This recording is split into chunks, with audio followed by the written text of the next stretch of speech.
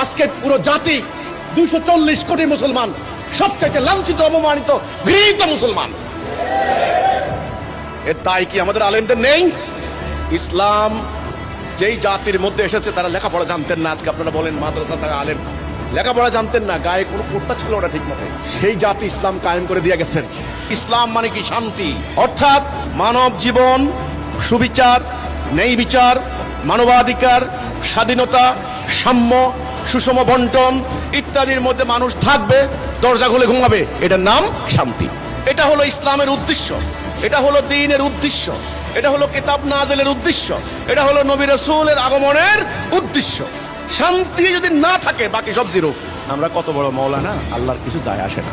আপনি আরবির, আপনি গ্রামারের মহাপণ্ডিত, আপনি ফিকহ শাস্ত্রের মহাপণ্ডিত, আপনি তাফসীর, ইলমে তাফসীরে আপনি মহা, ইলমুল হাদিসের আপনি একেবারে প্রাজ্ঞ বিশেষজ্ঞ, আপনি অনেক কিছু অর্জন করে ফেলছেন। মানে একেবারে সমুদ্রের মানে তলদেশ থেকে বালি কণার একটা বাদ রাখেন না, সব তুলে আনছেন, লাভ হবে না আমাদের। এই জন্য আমি বলি, মসজিদ আছে, মাদ্রাসা আছে, আলেম ওলামা আছেন, হেফজখানা আছে, গবেষক আছে, 240 কোটি মুসলমান আছে, 57টা রাষ্ট্র আছে, শান্তি নেই। শান্তি নেই নাই কারণ কি? ওই যে ফ্যানের বাতাস নাই, কারণ কি? কারেন্ট নাই। কারেন্টটা কি? ইমান, তাওহীদ, আল্লাহর আনুগত্য ছাড়া কারো আনুগত্য না করা, এটা নাই। তাওহীদ ছাড়া কি মুমিন দাবি করতে পারে? আপনারা বলুন। তাওহীদ না থাকার কারণে এবং তাওহীদ প্রতিষ্ঠার জিহাদ না থাকার কারণে ইসলামের যে উদ্দেশ্য, সেই উদ্দেশ্য হাসিল হচ্ছে না। আজকে দুনিয়াতে ইবলিস বিজয়ী, ইবলিসের রাজত্ব, ইবলিসের হুকুম চলে, কোরআনের বিধান চলে না। আমরা বড় বড় আলেম, আল্লাহকে যদি ইলাহ মানতে হয় তাহলে আল্লাহর আনুগত্যই করতে হবে। যারা আমার নাজেল করা বিধান দিয়ে ফয়সালা করেন তারাই ইলাহ। পথে শেষ।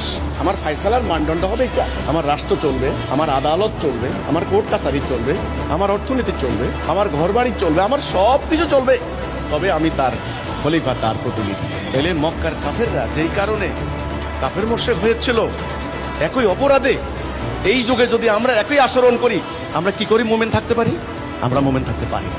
তখন আমাদের ইমামুজ্জামান বলেছেন, জাতি কার্যত ডিফ্যাক্টো, ওই যে আপনারা বলেন আর্মেলিয়ান, ডিফ্যাক্টো কার্যত কাফের। এরা ওই অন্তরে বিশ্বাস করে হ্যাঁ আল্লাহ আছে, আল্লাহ খাওয়ান, আল্লাহ পড়ান, আল্লাহ দিকে সেজদা করে, কিন্তু কাজে আল্লাহর হুকুমকে অমান্য করেছে। এই জন্য তিনি বলেছেন কার্যত ডিফ্যাক্টো। এই কথাটাকে হ্যান্ডবিলের মধ্যে প্রচার চালাইয়া কার্যত শব্দটাকে আউট করে দিয়ে, এই আস্তাগফিরুল্লাহ, বিএনপির নেতা, আওয়ামী লীগের নেতা, এনাদেরকে মঞ্চে বসাইয়া হাজী সাহেব মাথা টুপি আছে, দাড়ি লাগানো, বুঝলেন না? হ্যাঁ, এনাদের সামনে করতেছে আপনারা কি কাফের? কেরা বলছে কথা? হিজবুত তৌহিদ বলছে আপনারা নাকি সবাই কাফের। কোথাকার কথা কোথায় এনে লাগাইলো আপনারা বলেন তো দেখি। গোপন করতে আল্লাহ নিষেধ করেছেন, কেন গোপন করছেন? যারা আল্লাহর বিধান মানে না তারা কাফের। এই কথাগুলি কি বলার সময় কি হয়নি জাতির সামনে?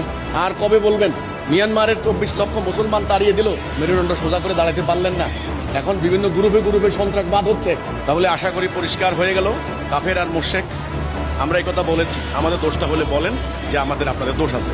এনারা হ্যান্ডবিল বানাইয়া বলে কি যে এরা আমাদেরকে বলে কাফের, আমরা নাকি সবাই কাফের। আরে ভাই, আমরা তো বলি নেই।